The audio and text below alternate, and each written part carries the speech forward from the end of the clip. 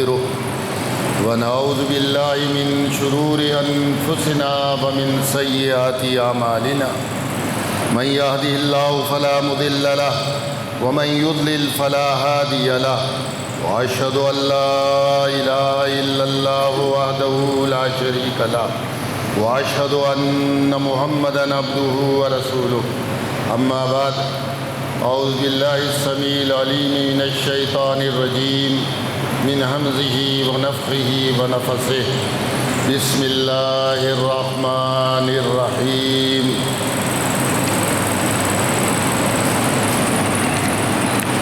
وقارون وفرعون وهامان ولقد جاءهم موسى بالبينات فاستكبروا في الأرض وما كانوا سابقين فكلا أخذنا بذنبه فمنهم من أرسلنا عليه حاصبا ومنهم من أخذته الصيحة ومنهم من خسفنا به الأرض ومنهم من أغرقنا وما كان الله ليظلمهم ولكن كانوا أنفسهم يظلمون۔ محترم سامعین، یہ سورۃ العنکبوت کی چند آیات ہیں۔ عنکبوت عربی زبان میں مکڑی کو کہا جاتا ہے، جو ایک معمولی سا جانور ہے، معمولی سا کیڑا ہے، اور چونکہ اس کے اندر عنکبوت کا تذکرہ ہے، اس مناسبت سے اسے سورۃ العنکبوت کہتے ہیں۔ اللہ رب العزت نے ان آیات میں اور ان آیات سے ما قبل کی آیات میں ماضی کی چند امتوں اور ہلاک شدہ قوموں کا تذکرہ کیا ہے۔ قرآن کے جو 5 بنیادی مضامین ہیں، ان میں سے ایک مضمون ماضی کی امتوں کی تاریخ بطور عبرت کے قرآن حکیم نے انسانیت کے سامنے رکھی ہے کہ ان امتوں، ان قوموں کا تم قرآن کی روشنی میں مطالعہ کرو، سیر کرو، گھومو پھرو، ان کھنڈرات کو دیکھو کہ تم سے پہلے کتنی طاقتور قومیں جو اپنے اپنے زمانے کے اعتبار سے علم، صنعت و حرفت، ٹیکنالوجی، سائنس کے اعتبار سے ستاروں پر کمندے پھینک رہی تھیں، بلکہ آج جس جدید دور میں ہم گزر رہے ہیں، بعض معاملات ہوئے وہ ہم سے کئی گنا آگے تھے۔ آج جدید تمام وسائل کے باوجود ہم ان جیسی چیزیں نہیں بنا سکے۔ اہرام مصر اس کا ایک جیتا جاگتا منہ بولتا ثبوت ہے کہ ان پتھروں کی کیلکولیشن جب کرنا شروع کرتے ہیں تو ہمارا کمپیوٹر جناب جو ہے نا وہ حیران ہو جاتا ہے کہ یہ کس طرح انہوں نے کیا ہے، بغیر کمپیوٹر کے، بغیر جدید مشینری کے انہوں نے کس طرح اس کو تعمیر کیا ہوگا۔ تو مالک نے ان قوموں کا تذکرہ صرف تاریخ کے گمشدہ اوراق کو جمع کرنے کے لیے نہیں تھا، کہانی قصے کے طور پر نہیں تھا، بلکہ مقصد یہ تھا کہ مردہ قوموں کی واقعات کو رکھ کر زندہ قوموں کو تبلیغ، نصیحت، ہدایت دی جائے۔ فرمایا وقارون، ایک پہلے گزر چکا ہے قارون، اور وہ فرعون و حامان۔ قارون آپ جانتے ہیں آج بھی دولت کے لیے جس کی دولت کو ضرب المثال کہتے ہیں تو وہ قارون ہے۔ کہتے ہیں نا گھر میں بیٹھ کے کھاتے رہو گے تو قارون کا خزانہ ہوگا وہ بھی ختم ہو جائے گا۔ اتنا خزانہ، صرف اس کی چابیاں، اس کے خزانوں کی چابیاں اٹھانے کے لیے ایک پوری ٹیم تھی، کہتے 40 غلام تھے جو اس کی چابیاں اٹھاتے تھے۔ آپ سوچیں خزانے کتنے ہوں گے، دولت کے انبار۔ اور فرعون قوت، طاقت کا ایک سمبل، ایک نشان، حکومت تھی نا، اقتدار تھا فرعون۔ آج بھی کوئی زیادہ سرکشی کرنے لگے تو ہم کہتے ہیں یہ فرعون بن رہا ہے، اتنی سرکشی کر لی کہ اب یہ فرعون بننے والا ہے۔ تیسری نشانی حامان، یعنی عقل کا، جس کو آج ہم کہتے ہیں وزراء، مشیر۔ یہ بھی بڑی قوت ہوتی ہے کہ کسی معاملے میں صحیح راستہ بتانا۔ تو یہ حامان تھا، مشورے دیا کرتا تھا فرعون کو۔ تو یہ 3 سمبل اللہ نے 3 آدمیوں کا نام ذکر کے کیے ہیں، یعنی قارون سے مراد دولت مند، حامان سے مراد اقتدار اور اختیار کے مالک، اور حامان سے مراد، فرعون سے مراد قوت، حکم، اقتدار، بادشاہت، مملکت جس کے ہاتھ میں ہو، اور حامان جو مشورہ دیتا ہے، یہ بیوروکریسی، یہ مشیر۔ یہ فرمایا فَلَقَدْ جَاءَهُم مُوسَىٰ بِالْبَيِّنَاتِ، ان تینوں کی جانب موسیٰ علیہ السلام روشن دلائل لے کر آئے تھے۔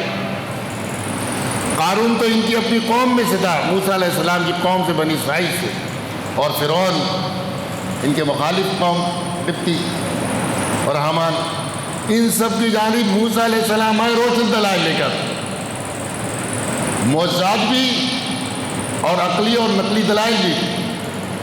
فَاسْتَكْبَرُوا فِي الْأَرْضِ، زمین میں تکبر کیا۔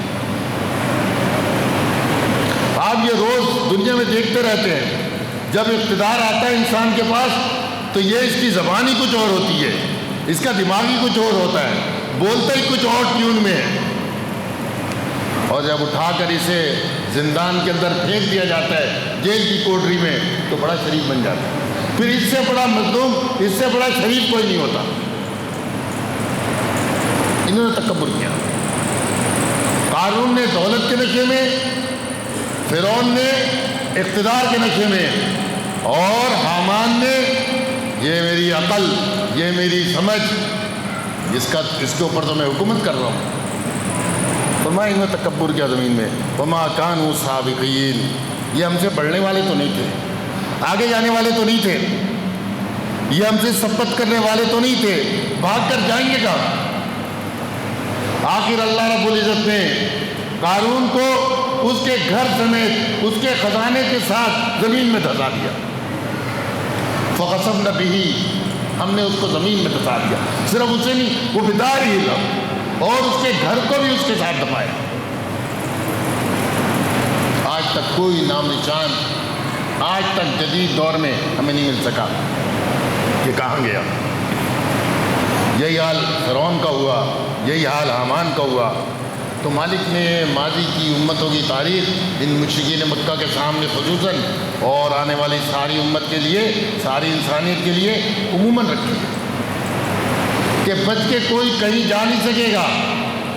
دولت کے نشے میں ہو، حکمرانی کے نشے میں ہو، اپنی عقل، دانش اور علم کے نشے میں ہو، سب رہ یہیں جائے گا، اور مالک کا جب فیصلہ آ جائے گا تو سب جو نا ہتھیار ڈال دیں گے۔ فرمایا فَكُلًّا أَخَذْنَا بِذَنبِهِ، ہم نے ان سب کو پکڑا، بچا کوئی نہیں، نہ قارون بچا، نہ حامان بچا، نہ فرعون بچا۔ ہم نے سب کو پکڑائے بِذَنبِهِ، بات سببیہ ہے، بسبب ان کے گناہوں کے۔ مالک ایسے نہیں پکڑتا، کسی فرد کو بھی اور من حیث کسی قوم کو بھی گناہوں کے سبب پکڑتا ہے۔ یہ عذاب آتے ہیں، یہ مختلف مسائل میں انسان گرفتار ہوتا ہے، فرمایا ان کے گناہوں کے سبب۔ اب گناہ مالک فرماتا ہے فَمِنْهُمْ مَنْ أَرْسَلْنَا عَلَيْهِ حَاصِبًا، ان امتوں میں سے، ان قوموں میں سے بعض ایسے تھے جن کے اوپر ہم نے تند و تیز ہوا بھیجی جو پتھروں کی بارش کر رہی تھی۔ اکثر مفسرین کی رائے یہ ہے کہ یہ قوم لوط ہے، کہ پوری بستیوں کو اللہ نے اٹھایا ہے صدوم کے شہر کو اور الٹا جناب پٹک دیا زمین کے اوپر۔ آج بحر مردار کے اندر وہ قوم جناب جو ہے نا عبرت کا نشان بنی ہوئی ہے۔ اتنا پانی ہے اتنا پانی اس کے اندر، اتنا نمک کہ کوئی چیز ڈوبتی نہیں ہے اس میں۔ نمک کی زیادتی کی وجہ سے کوئی چیز ڈوب نہیں سکتی اس کے اندر۔ آپ چھلانگ لگائیں، تیرنا نہیں آتا، ڈوبے گے نہیں، اتنا نمک ہے، بحر مردار اسے کہتے ہیں۔ یہ اس کی قوم کا انجام۔ آگے فرمایا وَمِنْهُمْ مَنْ أَخَذَتْهُ الصَّيْحَةُ، بعض ان میں ایسے تھے کہ ان کو ایک ہولناک چیخ نے پکڑ لیا۔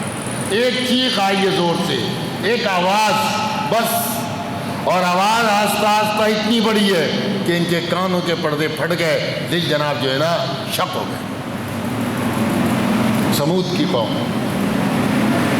جنہوں نے اپنے نبی صالح علیہ السلام سے منہ مانگا معجزہ، اونٹنی طلب کی تھی اور کہا پہاڑ پھٹے۔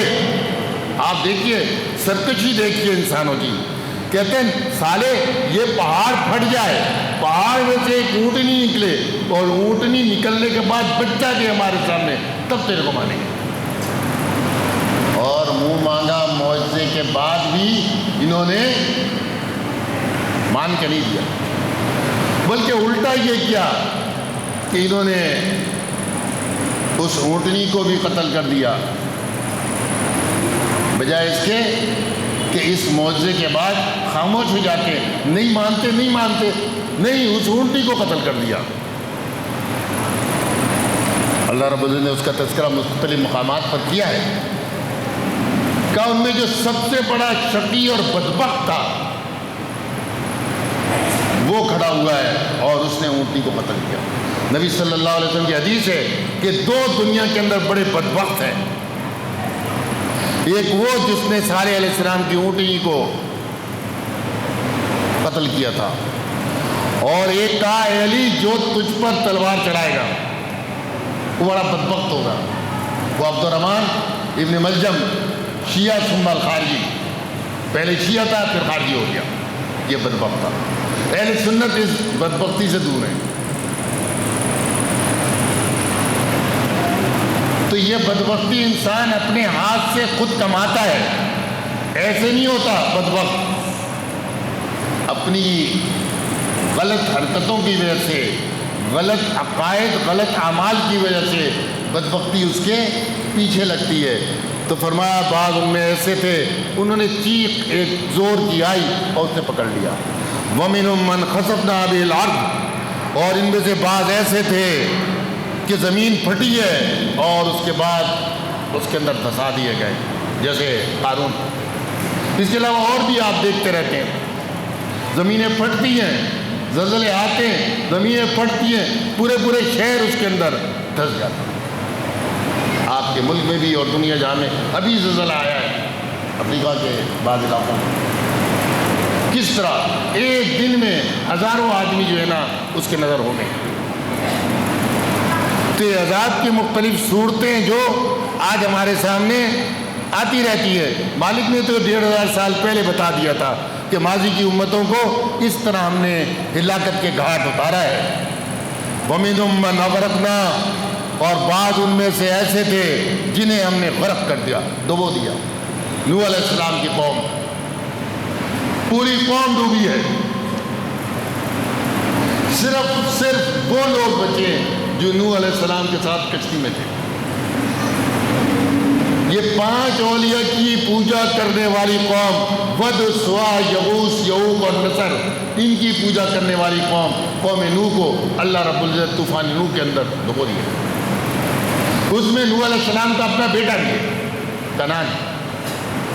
حام، سام، یافس، یہ 3 بیٹے ایمان لائے، کنعان ایمان نہیں لایا، یہ بھی ڈوبا ہے۔ یہ بھی سید تھا، نبی کا بیٹا ہے۔ تو اللہ کی نظر میں کوئی نسل، کوئی قوم، کسی کا بیٹا یا کسی کا باپ ہونا، کسی کا بھائی یا کسی کا اور رشتہ دار ہونا، اس کی کوئی حیثیت نہیں ہے جب تک ایمان صالح دونوں ساتھ نہ ہو، ایمان اور اس کی بنیاد پر اعمال صالح۔ آج ہم نے بڑا سمجھ لیا ہے، ہم جی سید ہیں، ہم جی فلاں ہیں، یہ کچھ نہیں کام آنے والا نہیں۔ کام آئے گا ایمان اور نیک اعمال۔ تو فرمایا ان میں سے بعض ایسے تھے جنہیں ہم نے غرق کر دیا۔ ابھی آپ دیکھیں لیبیا کے اندر سمندری طوفان آیا ہے، کیا حال کیا اس نے؟ جیتا جاگتا شہر، بہترین بندرگاہ بنغازی، جو سمندروں کے اندر سفر کرتے ہیں وہ جانتے ہیں، دیکھیے بہترین بندرگاہ بنغازی، اس کو مالک نے کس طرح چند لمحوں میں پورے شہر کا، بس پانی آیا ہے، بڑی بڑی بلڈنگوں کو اڑا کر دیا، کوئی بچانے والا نہیں۔ یہ تو اچھے حالات میں ہمارا دعویٰ ہوتا ہے نا، فلاں مشکل کشا، فلاں حاجت روا، فلاں ایسا، فلاں ایسا۔ جب مالک کی پکڑ آتی ہے نا، یہ فلاں فلاں فلاں کی جو رٹ لگائی ہوتی ہے، یہ سارے بھول جاتے ہیں انسان سے، پھر کوئی کام آنے والا نہیں۔ آپ کیا سمجھتے ہیں کہ لیبیا کے اندر یہ نام یاد اولیاء کی قبریں نہیں تھیں؟ کیا وہاں پر انہیں کو پکارنے والے نہیں تھے؟ لیکن مالک کی جب پکڑ آتی ہے تو پھر یہ بچانے والے یہ خود کو نہیں بچا سکے، مجھے اور آپ کو کیا بچائیں گے؟ ورنہ ہم نے غرق کر دیا، ڈبو دیا۔ یہ روز شب و روز ہم اپنی آنکھوں سے بھی دیکھتے ہیں، ہمارے ملک کے اندر بھی سیلاب آتے ہیں، کیا حال کیا ہے؟ دریائے سوات جس کے کنارے ہم جا کے پکنک منانے پاکستانی قوم کے لوگ جاتے تھے، 1 منٹ نہیں لگا ہے، وہ عظیم الشان ہوٹل 1 منٹ نہیں لگا ہے، دیکھتے دیکھتے تنکوں کی طرح جناب بکھر گیا ہے، دیکھتے 1 منٹ بڑی بات ہوتی ہے، 60 سیکنڈ بڑی چیز ہے۔ اتنی لمبی عمارت، اتنی بلند عمارت، اور اس کو 1 منٹ کے اندر اٹھا دے۔ وہاں کے ساتھی بتاتے ہیں جو پل انگریزوں کے دور سے بنے تھے، ان کو اس پانی نے جب اڑایا ہے کچھ بھی نہیں بچا، لے گیا سب۔ تو مالک نے یہ ہماری ہدایت کے لیے فرمایا، وَمِنْهُمْ مَنْ أَغْرَقْنَا، بعض ان میں سے ایسے تھے ہم نے انہیں ڈبو دیا۔ وَمَا كَانَ اللَّهُ لِيَظْلِمَهُمْ، اللہ نہیں تھا کہ ان کے ساتھ ظلم و زیادتی کرتا، ان کے ساتھ کوئی ظلم کا طریقہ اختیار کرتا، وَلَكِنْ كَانُوا أَنفُسَهُمْ يَظْلِمُونَ، لیکن یہ اپنی جانوں پر خود ظلم کر رہے تھے، یہ اپنی جانوں پر خود ظلم کرتے تھے۔ کس طرح؟ شرک کر کے، ان الشرک لظلم عظیم، بے شک شرک ظلم عظیم ہے۔ سورہ روم جو اس کے بعد کی صورت ہے، اس میں ہی مالک نے کیا کہ قل سیروا فی الارض، آپ کہیے زمین میں سیر کرو، سیروا فی الارض فانظروا کیف کان عاقبۃ الذین من قبل، پھر دیکھو کیا انجام ہوا ان لوگوں کا جو ان سے پہلے تھے، کانوا اکثرهم مشرکین، ان کی اکثریت شرک کی کینسر کے اندر، شرک کی بیماری کے اندر مبتلا ہو گئی تھی۔ اور شرک ایسی بیماری ہے جو کرنے والے کو جہنم کے اندر پہنچا کر چھوڑتی ہے، ایسے نہیں چھوڑتی۔ تو یہ انسانوں کے لیے اللہ رب العزت نے ماضی کی امتوں کی تاریخ کو مختصراً ذکر کیا ہے، چند عذاب کے مخصوص طریقے ذکر کیے ہیں جو آج بھی ہمارے سامنے آتے رہتے ہیں۔ کہیں زمین پھٹتی ہے، زلزلے آتے ہیں، کہیں طوفان، سمندری طوفان آ جاتا ہے، کہیں سیلاب آ جاتا ہے، کہیں تند و تیز ہوائیں، بڑی بڑی گاڑیاں ایسے ہوا کے زور سے دوڑ رہی ہوتی ہے جیسے کوئی ان کو چلا رہا ہے، بڑے بڑے درخت ایسے ہواؤں کے جھکڑ چلتے ہیں کہ جھنجھوڑ دیتی ہے ہوا، اور بڑی بڑی ٹہنیاں، پورے پورے درخت اکھڑ جاتے ہیں۔ تو یہ سارے عذاب کی مختلف صورتیں ہیں۔ تو ہمیں چاہیے کہ اپنے نفس کو بھی اور اپنی قوم کو بھی اس عذاب کی بنیادی جو وجہ ہے شرک، اس سے بچانے کی کوشش کریں۔ اقول قولی ھذا واستغفر اللہ لی ولکم ولسائر المسلمین المؤمنین یا عباد اللہ۔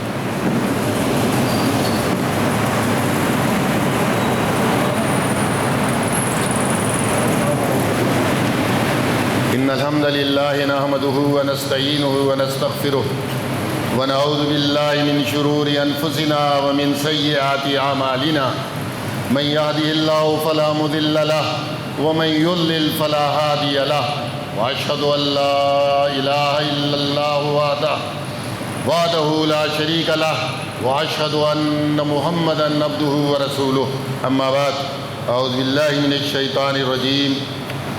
مثل الذين اتخذوا من دون الله أولياء كمثل العنكبوت اتخذت بيتا وإن أوهن البيوت لبيت العنكبوت لو كانوا يعلمون إن الله يعلم ما يدعون من دونه من شيء وهو العزيز الحكيم۔ اگلی آیات میں اللہ رب العزت نے ارشاد فرمایا مثل الذین اتخذوا من دون اللہ اولیاء، ان لوگوں کی مثال جنہوں نے اللہ کے علاوہ اور اولیاء تراش لیے ہیں اور معبود ٹھہرا لیے ہیں، ان کی مثال ایسی ہے کمثل العنکبوت، جیسا کہ مثال مکڑی کی۔ مکڑی آپ جانتے ہیں یہ 8 پاؤں والا ایک جانور ہے، ہمارے گھروں کی چھتوں کے اوپر رہتا ہے، بہت ہی کم مایا، بہت ہی حقیر۔ مالک نے اس کی مثال دی ہے کہ مکڑی کی مثال، اور مکڑی اتخذت بیتا، اس نے ایک گھر بنایا۔ آپ جانتے ہیں انسان ہو، جانور ہو، پرندے ہوں، درندے ہوں، ان میں سے بہت سے اپنے لیے گھر بناتے ہیں۔ انسان بناتے ہیں، پرندے اپنے لیے گھونسلہ بناتے ہیں، ٹھیک، اور درندے اپنے لیے بھٹ بناتے ہیں۔ بہت سے جانور زمین میں بل بنا لیتے ہیں۔ اس کا مقصد کیا ہوتا ہے؟ 2 بنیادی مقصد ہیں، اپنے آپ کو دشمن سے بچانا اور اپنے آپ کو موسم کی سختی اور گرمی سے بچانا، یہی مقصد ہوتا ہے، بنیادی مقصد ہے۔ لیکن یہ جو ہے یہ ایک ایسا گھر بناتی ہے مکڑی، نہ اس کو بارش سے بچائے، نہ اس کو دھوپ سے بچائے، نہ اس کو سردی سے بچائے، نہ اس کو دشمن سے بچائے۔ اس لیے مالک نے ان اوہن البیوت لبیت العنکبوت، سارے گھروں میں سب سے کمزور، سب سے بودا، سب سے کم مایا، سب سے گھٹیا گھر وہ مکڑی کا ہے۔ ایک ہمارا معصوم بچہ بھی ایک تنکا اٹھاتا ہے، اس کو 4 طرف گھماتا ہے، مکڑی کا گھر غائب، لپٹ گیا اس کے اندر جالا اور گھر نیز و نابود ہو گیا۔ کہہ رہے جنہوں نے اللہ کے علاوہ اور معبود ٹھہرا لیے ہیں، ان کی یہ محنتیں، ان کی یہ کوششیں، ان کے یہ جھوٹے معبود، ان کی اتنی بھی حیثیت نہیں ہے جتنی جناب مکڑی کے گھر کی حیثیت ہے۔ آپ سوچیں اس سے بہترین مثال ہو سکتی ہے کہ یہ جو سہارے پکڑے ہیں تو یہ مکڑی کے جالے کی طرح کمزور سہارے ہیں۔ اس آسمان والے معبود کے خلاف، اس کی عام مخلوقات کو، انسان اپنے سے گھٹیا مخلوق کو اس کے مقابل میں معبود ٹھہرا رہا ہے۔ یہ ماضی کے جتنے بھی گزر گئے ہیں نا، چاہے کوئی بھی ہو، انبیاء میں سے ہوں، اولیاء میں سے ہوں، شہداء میں سے ہوں، صدیقین میں سے ہوں، وہ ان زندہ انسانوں سے زیادہ طاقتور تو نہیں ہے نا۔ یہ زندہ انسان زیادہ طاقتور ہے اسباب کے تحت۔ یہ ان مردہ انسانوں کو ہاتھ سے دفن کرتا ہے، ان کے کام آتا ہے، اور ہم یہ سارے کام اپنے ہاتھ سے کرتے ہیں. جب کوئی مر جاتا ہے اس کا لباس ہم اتارتے ہیں، زندہ انسان، اس کو غسل ہم دیتے ہیں، کفن ہم پہناتے ہیں، قبر تک ہم لے جاتے ہیں، قبر میں ہم اتارتے ہیں، مٹی اس کے اوپر ہم ڈالتے ہیں. وہ کچھ نہیں کرتا. کبھی سنا آپ نے کسی مردے نے جناب اپنے کپڑے خود اتار دیے، غسل خود کر لیا، کفن خود پہن لیا اور خود قبرستان چلا گیا اور قبر میں جا کے لیٹ گیا اور پھر جناب اپنے اوپر مٹی بھی ڈالی؟ کبھی سنا؟ نہیں سنا. یہ نہیں ممکن ہے کیونکہ وہ کر نہیں سکتا. اور جب دفن ہو جائے تو پھر ہم ان کے لیے دعوے کرتے ہیں کہ یہ مشکل کشا ہیں، یہ حاجت رواں ہیں، یہ دستگیر ہیں، یہ غوث ہیں، یہ ہمارے پالن ہار ہیں، یہ نفع نقصان کے مالک ہیں، یہ دور و نزدیک سے ہماری پکار کو سنتے ہیں. کسی بیوقوفی کی باتیں. دنیا کے کسی بھی فیلڈ کے ماہر کو دفن کرنے کے بعد اب ہم کہتے ہیں کہ یار یہ کام تو اٹک گیا ہے. فلاں ہوتا تھا ڈاکٹر، اس سے ہم مشورہ کرتے تھے، اس کی دوائی ہمیں اللہ کے فضل سے فائدہ دیتی تھی. فلاں انجینئر تھا، یہ مسئلہ پیش آتا تھا، اس سے یہ چیز ہم بنوا لیتے تھے. اب تو چلا گیا، اب کچھ نہیں ہو سکتا. افسوس ہی کرتے ہیں نا. کتنا قریبی ہو، چاہے پیسے لے کے کرتا ہو چاہے بغیر پیسے کے، کروا لیتے تھے. مرنے کے بعد کروا سکتے ہیں؟ کچھ بھی نہیں کروا سکتے. لیکن یہ فیلڈ ایسی ہے کہ اس میں مرنے کے بعد یہ مردہ زیادہ طاقتور ہو جاتا ہے. تو مالک نے کہا وَإِنَّ أَوْهَنَ الْبُيُوتِ لَبَيْتُ الْعَنكَبُوتِ. سب گھروں میں سب سے بوتا، سب سے گھٹیا، سب سے کم مایا، سب سے کمزور گھر مکڑی کا گھر ہوتا ہے. لَوْ كَانُوا يَعْلَمُونَ. کاش کہ یہ اس حقیقت کو جانتے کہ یہ جن کو پکار رہے ہیں، جن کو اللہ کے بالمقابل اولیاء بنا لیا ہے، یہ کچھ بھی نہیں کر سکتے. پھر فرمایا اللہ نے ان اللہ یعلم ما یدعون من دونی. اللہ جانتا ہے کہ اللہ کے بالمقابل جن جن ہستیوں کو یہ پکار رہے ہیں، کس کو پکار رہے ہیں. اللہ جانتا ہے. مشرکین مکہ بھی ابراہیم اور اسماعیل علیہ السلام کو پکار رہے تھے. حرم کعبہ میں ان کے بت رکھے ہوئے تھے، ابراہیم علیہ السلام اور اسماعیل علیہ السلام کے بت رکھے ہوئے تھے. ان کے ہاتھ میں فال کے تیر تھے. نبی صلی اللہ علیہ وسلم مکہ فتح کیا تو ان ناجائز تجاوزات کو مکے کی اس سرزمین سے نیست نابود کر دیا. حرم کعبہ سے نکال کر باہر توڑ پھوڑ کے پھینکوا دیا. اور آپ نے فرمایا اللہ گواہ ہے کہ ان بزرگوں نے یہ کبھی فال کے تیر نہیں چلائے تھے، فال کے تیر نہیں پھینکے تھے. یہ مشرکین بھی جانتے ہیں، لیکن انہوں نے ان انبیاء کے خلاف یہ جناب جو ہے نا سازش کی ہے. ان انبیاء کے مخالف راستے پر چلے. آج محمد عربی صلی اللہ علیہ وسلم کا جو دین تھا اس کے ساتھ ہم کیا کر رہے ہیں؟ ہاں چند ہیں جو صحیح معنوں میں ابھی عقیدہ توحید، اعمال میں غلطیاں ہوتی ہیں، عقیدہ توحید میں بڑے صحیح ہیں. ابھی ایک کانفرنس ہندوستان انڈیا میں ہوئی، G20 کی کانفرنس. اس کے اندر بڑے بڑے ممالک کے، امریکہ کا، برطانیہ کا اور عرب امارات کا، ترکی کا، بنگلہ دیش کا، سعودیہ کا، انڈونیشیا کا پورا وفد آیا، مرکزی افراد آئے. تو مودی صاحب نے کہا چلو بھائی ہم گاندھی کی سمادھی پہ لے جائیں جہاں گاندھی کا کریا کرم کیا تھا. سب گئے 1 to 1. یہ ترکی کا بڑا کہتے ہیں نا ہمارے کیا، یہ بھی گیا. حسینہ واجد بنگلہ دیش کی بھی گئی.